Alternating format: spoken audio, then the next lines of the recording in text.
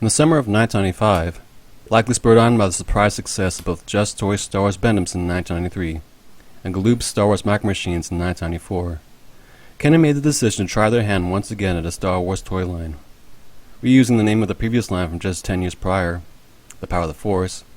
Kenner, now under the ownership of Tonka, which was now under the ownership of Hasbro, produced new toys under the Star Wars license: playsets, vehicles, and action figures. These figures, however, would not be the same ones produced between 1977 and 1985. Instead, these would be entirely new sculpts meant to be more screen accurate and faithful in likeness. In true 90s fashion, if you have action figures, you've also got to have vehicles. In July of 1995, for the first entry of the Power of the Force 2 vehicles, Kenner released this, the Landspeeder. The back of the box for the Landspeeder measures 10.5 by 7.5 by 3 1/4 inches. It features a black background interrupted by an orange-red streak. On the front is a mock-up of a Landspeeder toy with 2 action figures. In the upper left corner are the logos for Star Wars and the Power of the Force. In the lower right corner are the words Landspeeder with shift action running gear and pop open hood, and the emblem for the Rebel Alliance. In the upper right corner are the production number 69770 and age limit for ages 4 and up.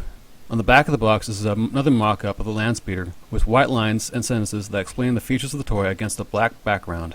Also on the back are the toy's barcode, legal copyrights, and pictures of the other vehicles in the toy line.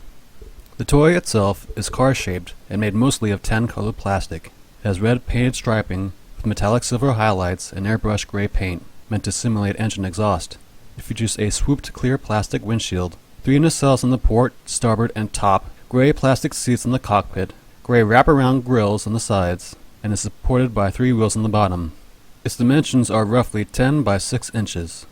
Unlike the figures, the Power of the Force 2 vehicles were by and large re-releases of the Kenner originals, with some slight modifications, and the Landspeeder was no exception.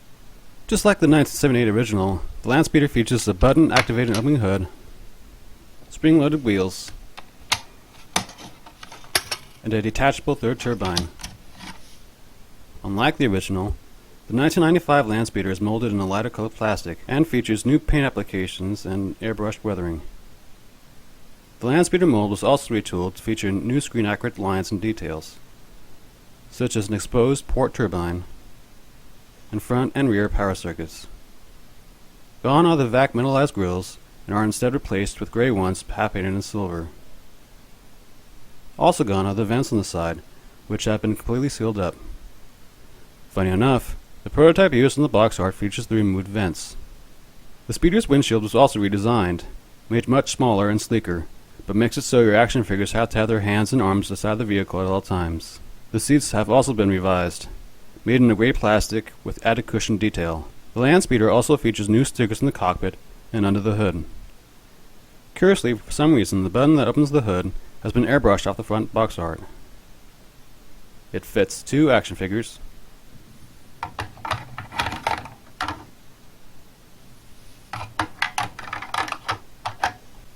with additional seating in the rear.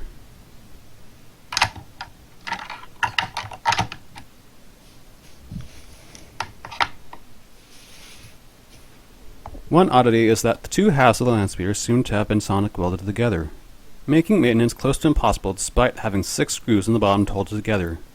Sadly, this would be the last time the original Kenner mold would be used, as starting with 2002's Saga range, a new Landspeeder mold would be created by Hasbro. In a lot of ways, the Power of the Force 2 Landspeeder is a step up from the Kenner original. Better paint applications, molded-on detail, and overall screen accuracy really make this toy shine. But it's things like the lack of maintenance-friendly construction and the smaller windshield that do detract from what is already a strong presentation. But as the first entry in a new toy line, a great start.